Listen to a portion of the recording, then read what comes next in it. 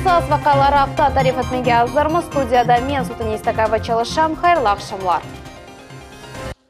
Китапханенің капиталь тамираты yolların құруcılığı ve sokak yol bağının rekonstruksiyası кездевде федераль масадлы лейханын объектлеріні тешкірділер. 30-ға якын қарпыз чешіті yolақлы еміш мевсімі башланды. Эң Дүлбер Азбар бақчысырай сәкені өз азбарына Небатат бақчасына чеверді. Исмаил Бей микрорайонында yol құруcılığı енді екінленията. Ялымойнақ қасабасында есе оны енді құрып башладылар. Қырым акимиеті кезлевдекі ичтимай жеттен мұйым құруcılık объектлерінде тефтіш кечірді. Экспертлер бежерілген ішке насыл қимет кескеніне Мухаммед Зикиряев біле. Кезлевдеки Исмаил Бей микрорайонында yol аман-аман азыр. Бірінші басамақ 100%-ға азыр. Шымда объектінің эксплуатацияға тапшырмаға азырлайлар. Амма ишлерінің екінші басамағында тыш қызметчіге жидді суаллер пейда олды. Темп работ, я считаю, неудовлетворительный. Под датчику поставлена задача до 1 августа войти в график. В случае, если он не войдет в график, ранее согласованный с заказчиком, то я поставил вопрос о расторжении государственного контракта. Кезлевде темізлев иншаатларны да реконструкция этіле. Бұл ішлерге 100 миллиондан зяды рубля айрылды. Бүгінгі күнде умуми майлиеден 5% масраф етілді. Объектны кележексіне эксплуатацияға тапшырачақлар. По физике сейчас выполнено, смотрите, значит, врезали тройник, существующий наш трубопровод, там диаметр 1400, врезали тройник и смонтировали пульпопровод. Алым майнақ сабасында есе yol құруcılığı яқында башланды. Тыш қызметші ішлерге бір авта евелісі янашты. Елена Мажаровская әнді 1,5 елдан зияды ялым майнақ сабасында яшай. Оның айтқанларына көре яғмур яғанда evден чықмақның чаресі жоқ. Ер чамурула. Мы надеемся, что во вторник они все-таки примут решение с водоотводом и со остальными коммуникациями, которые проходят. И опять же мы поднимали вопрос за остановки. В новом проекте уменьшено было количество. Мы надеемся, что они услышат жителей, что люди нуждаются, чтобы это было все по нормативам. Шымда техника ярдамынен топрағының үст қатты алына мейданның чақыл ве құм түшівіне аздырылайлар. Взят в работу самый проблемный участок по многочисленным жалобам и просьбам жителей, так как старый подрядчик здесь вскрыл корыто и оставил, мягко говоря, бардак. Поэтому в первую очередь сейчас занялись этим участком. Ялым айнақ қасабасында алып барылған ишлерге федераль бюджеттен 1 миллиардтан зяды рубля айрылды. Yolның ұзынлығы тақминен 20 километр. Сакиллер yol тамираты ось мүддетінде, яни 2021 сенесі екінленер деген үміттелер. Мухаммед Зикиряев, Виталий Голубев, Милет Учон. Крым троллейбус мойсе мелли хада иштирак етті. Идарияда девлет лейхасының бірінші басамағыны кечті. Анда 10 инсан иштирак етті. Нақлиет мойседе емек насыл эйлешкен ақта Айша Шулакова тариф етежек.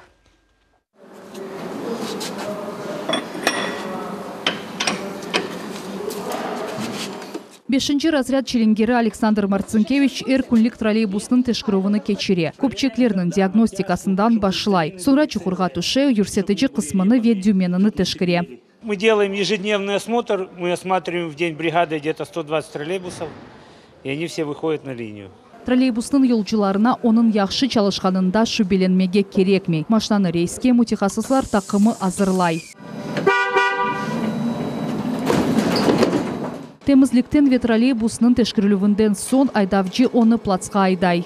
Водители вторая смена, которые выезжают, они уже готовую машину берут с плаца. Депода иркун 120 зияды троллейбус тешкірілі. Ишки тишатының оптимизациясы үшін мөссе производительность труда и поддержка занятости адлы милили хада иштирак еті. Бұл мақсатнен шirketті иш группасы тешкілетілді. Хадимлерні тутумлы эмек шекеллеріне огретелер. Нәтижеде эки ен фаал адам сечілежек. Кележекте олар алынған тәжірибелерінен, меслекдешлерінен пайлашачақлар. Увеличить выпуск троллейбусов, повысить качество их обслуживания, ну и повысить производительность труда, но, соответственно, зарплату своим рабочим, служащим. Крым троллейбус милили ханын бірінші басамағыны кечті. Кележекте олар троллейбусларны парктан yolға чықмасыны тезлештірмеге ниет етелер. Бұл рейслерінің сайысыны артырачақ. Мы разработали со специалистами рабочей группы перечень мероприятий, чтобы достигнуть целевого состояния, чтобы достичь амбициозных задач. Менее чем за 3 месяца мы должны повысить производительность труда более чем на 10%, сократить НЗП на 69% и увеличить выработку больше чем на 25%. Бұл елы милили хада 20-ден зияды шirketlер иштирак етті. Программа 2024 сенеге қадар өткерілежек. По Крым троллейбусу у нас уже 3 месяца работает федеральный центр компетенции, работают 3 специалиста. К середине сентября уже будут итоги полугодовые, будем рассматривать. Стоит задача перед федеральным центром компетенции – это наладить работу по выпуску транспорта ежедневного, потому что ночные осмотры, чтобы они проходили планово и в соответствии с тем графиком, который утвержден. Келечек ярым ел девамында Крым троллейбус яны эталон дамартасыны ача. Тутумлы эмек шекіліні башқа иш участкаларында да куланажақлар. Айша Шулакова, Алим Сейдалиев, Милет үшін. Судақ шерінде Гостехнадзор идаресі аттракционлар хавсызлығы бойынша рейд кечірді. Апрельде қабыл етілген қанунға бинайын эпосы аттракционлар батутлардан каруселлерге же қайт етілмек керек. Шымдылық Жумхуриетте бойле сойлары тек 23 Иш адамлары яны қайдылерге рейд етмеге ашықмайлар. Инспекциянен бирабер Қырымның Женеби шарқы ялы бойларында рейдке біздің телевизион тақымыз да yol алды. Это не те документы. Ну, у нас просто есть, я как бы даже не администратор, поэтому... Это документы не разрешающие, это документы эксплуатации. Қалабалық бір дестек яғыт, весехалар, ама бұрысы келі үшмей бір аттракционға рұқсет берген талонлар йоқ, олғанлары чоқтан ескірген. Яны қайделер бойынша девлет ғайт етілу фишареті верусиялі шиадетнаме олмақ керек. Документы есть, директор занимается документами, все в разработке, в Гостехнадзоре. Я начальник Гостехнадзора, нету ничего. Понимаете? Как это нету? Ну, заявление-то есть. Ну, как это нету?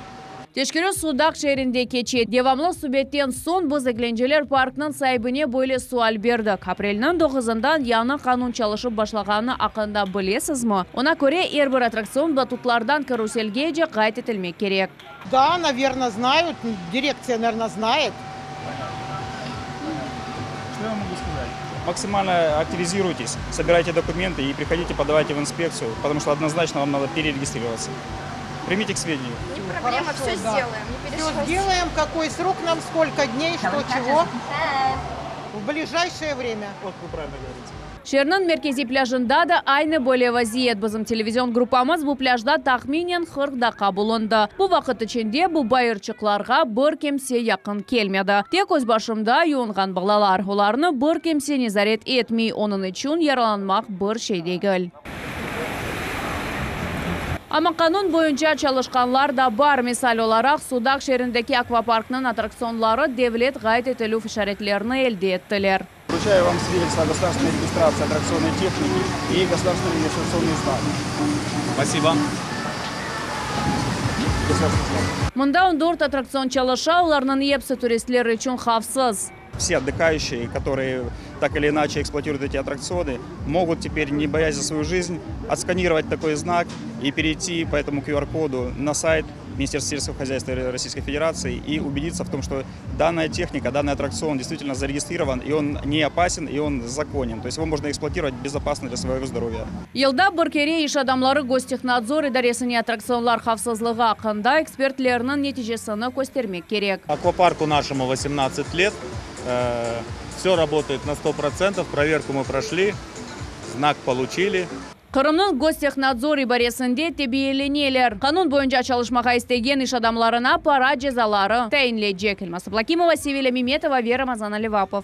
Millet için. Бүгін Қырым Жумхуриеті Девлет Шурасының рейсі Владимир Константинов гражданлар қабылыны кечірді. Она 5 кіші чешет мәселелерінен мұражат етті. Ондан да башқа Қырым парламентінің спикері Ахмеджеттеке Мескен районларының бірінде бала мейданын ерлештірілуіне сертификат берді. Мы начали восстанавливаться после пандемии и начинаем организовывать работу по приему граждан. Долгое время мы почти больше 2 месяцев этой работы не вели. И, конечно, соскучились из-за этой работы, откровенно говоря, и людям это нужно. Не просто решение вопроса, еще и общение. Қырымда сонки сутка девамында 13 хаста коронавирус инфекциясындан тедевеленіп евлеріне қайтарылды. Ковид-да 14 кішіге йоқты. Бұ ақта ичтимайықларда Қырым Жүмхуриетінің елбасшысы Сергей Аксенов хабер етті. Умумен пандемия башlanғандан берлі Ярымадада 931 кіші коронавируснен хасталанды, 684 адам тедевеленді. Қырымда бірінші кересі табиат қорчалав ерлешкенін мониторингі пилотсыз учақ ішлетілді. Ярымадынан территорияларына Қырым Федераль университетінде киберагрономия мерkezінің мутихассылары тешкірділер. Лиханы Қырым Жүмхуриетті қой хожалығы везірлігінен біраберлікте амелге кечірділер. Учув аппаратының имканлары ақында бізім левхамызда. Есть, нормально. Мониторның ишлетілігі бағның тешкірлігі ве чоқ функциональ пилотсыз учақның командасы ішке азыр. Бірелері экран янда ерлешелер дігерлері дронның коке көтермек үшін оғрашалар. Бір қачдақадан сон аппарат аваға учажақ. Готов! Запуск двигателя. Пилотсыз учақ бұтын табиат қоров территориясы үстінден учып, оны скан ете. Как показывает практика, детального опыта по работе данных систем не только в Крыму, но и на юге России как таковая отсутствует. И наша задача в том числе состоит в проведении научных исследований на базе данных уникальных комплексов. Қырым Федераль университеті 2020 сенесінің башынан более эко пилотсыз учақ сатын алды. Аппаратның фияты 5 миллион рублейден зияде. Университетінің мутихаслары яна донатманен çalışmak için tahsil aldılar. Оборудован толкающим винтом и размах его крыла 2,8 метра. Соответственно, такой размах наиболее оптимальный для эксплуатации в крымских условиях. Борт havada 5 saat kadar vaqt olabilir. Monitoringni 50 kilometrgacha uzoqdan kechirmege mumkin. Avaga 5 kilometrlik sur'atdan ko'tariladi. Bu ko'rsatkichlar ava sebebinden denishmesi mumkin. Также борт еще оборудован камерой видимого спектра, которая позволяет осуществлять мониторинг за состоянием растений в видимом диапазоне. Yarımadanın tabiat qoruv yerlerindeki tədqiqatlar Qırım Cumhuriyeti Qoy Xocalığı Vezirliginin beraberlikte keçirilən pilotsuz uçaq ile tek Qırımның ekologik vaziyetindeki Qoy Xocalığında da monitoring keçirmege mümkün. Bundan da gayrı fevkalade vaziyetlerini, kanunsuz kuruculuklarını, çöplük obalarını ve kariyerlerini gözetmege imkan var. Naciye Isayeva, Millet için. Июльнің орталары демек Қырымда қарпыз мевсімі башланды. Ярымадада 30-ға яқын қарпыз чешіті остырылы. Насыл етіп татлы пішкен ве ең лезетлі қарпызны сайламақ кереклігі ақында Эльмас Аблакимова сұраштырды.